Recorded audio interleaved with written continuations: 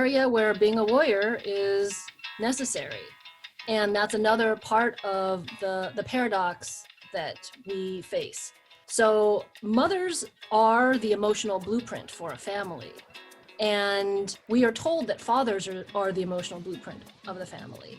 That is one of these things that we've gotten wrong.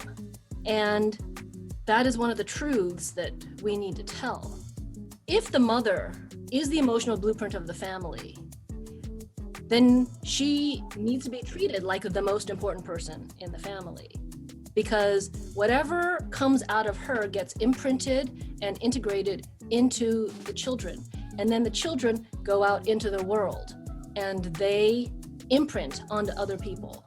So if we give the women in the family the resources that they need and the care that they need, they will give that back to everyone in the family in spades. I might not have moms who are clients right now, but I have a lot of friends who are mothers. What do they need?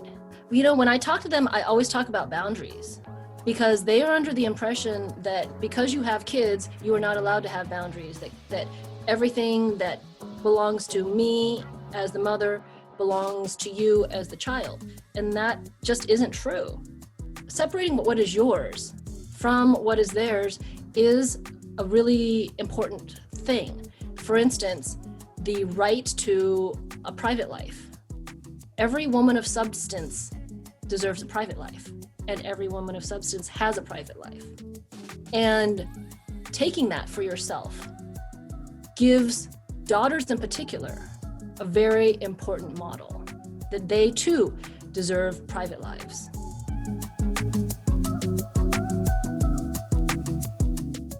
An inner poetic life, like in our private lives, we feed ourselves, and whatever happens in the private life, it's pleasure, it's beauty, it's just reflection time for themselves. That's how we teach. Being a mother has there's this idea that like suddenly you're like all public, and that just isn't true. I think that is kind of a newer way of parenting, another term that didn't actually exist. There's a difference though between a private life and a secret life. You know, like this idea of having a secret life has this sort of like no integrity feeling to it. What I'm talking about is having integrity and saying, this is my private life, this is my private space, this is my door that's closed, and you can knock before you come in. I make use of that closed door policy a lot. I have a 12-year-old and a 9-year-old. Because I've been using boundaries and training, independence training this whole time, my philosophy is that we raise kids to not need us. That's serving me very well. I get to keep my door closed. They knock, and if I say now's not a good time, they leave.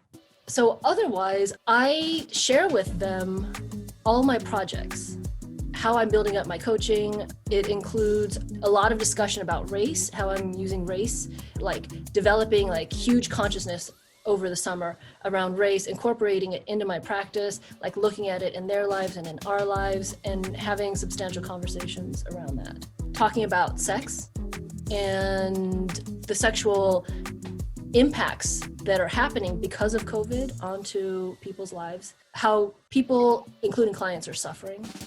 So because we have good boundaries, I am able to share with them. I don't just have boundaries with them and shut them out. Boundaries is not about shutting people out. It's about allowing yourself to get close and allowing somebody to get close without disturbing. It's radical.